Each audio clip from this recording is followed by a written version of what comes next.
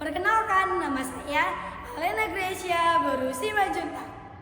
Saya berasal dari HKBP Muria, Kota Setabat. Hari ini saya ingin menyampaikan cerita firman Tuhan tentang Yunus di perut ikan yang terambil dalam kitab Yunus pasal 1 sampai 2. Sebelumnya, saya ingin bertanya nih kepada teman-teman. Siapa di sini yang suka makan ikan? Wah, pasti banyak ya yang suka makan ikan. Biasanya ikan yang berada di kita saat kita makan ikan.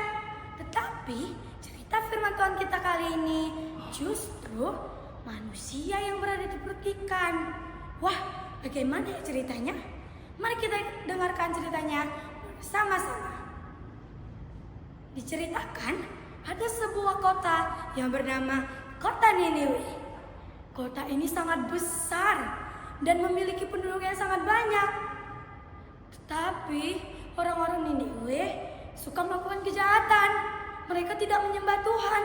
Mereka menyembah berhala dan patung-patung. Apakah ini perbuatan yang baik, teman-teman? Bukan ya, bukan itu yang dikehendaki oleh Tuhan. Suatu hari Tuhan berfirman kepada Yunus. Katanya, "Bangunlah, pergilah ke Niniwe, kota yang besar itu, dan berserulah terhadap mereka, karena kejahatannya telah sampai kepadaku." Tuhan mengutus Nabi Yunus untuk menyampaikan pesan pertobatan kepada kota Niniwe. Apakah Yunus menaati perintah Tuhan, teman-teman? Oh tidak, Nabi Yunus tidak mau menyampaikan pesan pertobatan kepada kota Niniwe. Ia justru melarikan diri ke kota yang jauh dari Niniwe, yang bernama kota Tarsis. Ia menggunakan kapal untuk pergi ke Tarsis. Namun di tengah perjalanannya menuju Tarsis, Tuhan menegur Nabi Yunus melalui hujan badai yang sangat besar, sehingga penumpang kapal itu ketakutan dan kapal itu hampir hancur. Mereka, penumpang kapal itu, berdoa kepada Tuhannya masing-masing. Tetapi mereka mendapati Nabi Yunus sedang tertidur. Lalu mereka berkata, "Bangunlah, bagaimana mungkin kau bisa tertidur begitu nyenyak? Bangunlah, berdoalah kepada Tuhanmu juga, supaya kita bisa selamat." Lalu mereka berkata lagi satu sama lain, "Marilah kita buang undi, supaya kita tahu karena siapa kita ditimpa malapetaka ini." Lalu mereka pun membuang undi, dan Yunuslah yang terkena undi. Lalu Yunus menyadari badai itu datang karenanya. Lalu ia pun berkata kepada penumpang kapal itu, "Angkat saja aku dan campakkan aku ke dalam laut." Lalu mereka melakukan apa yang dikatakan Yunus.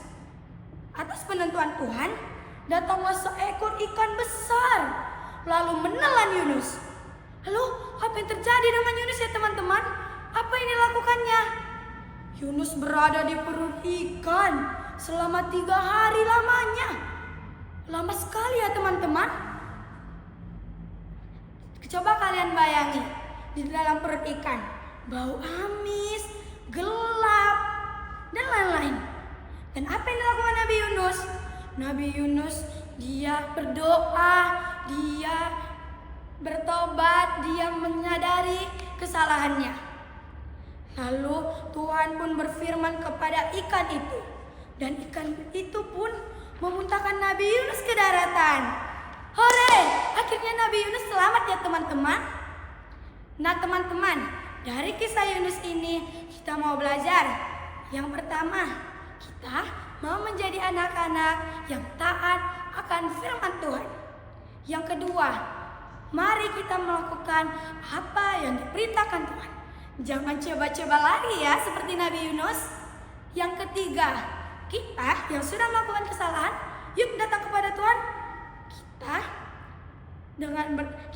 Kita berdoa dengan sungguh-sungguh dan bertobat.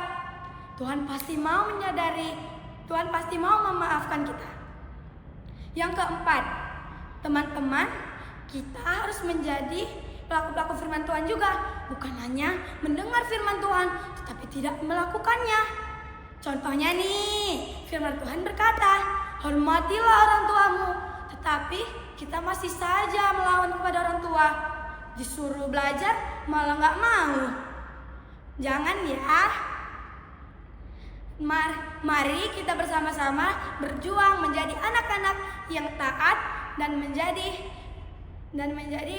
anak-anak dan menjadi pelaku-pelaku firman Tuhan. Tuhan Yesus memberkati. Shalom.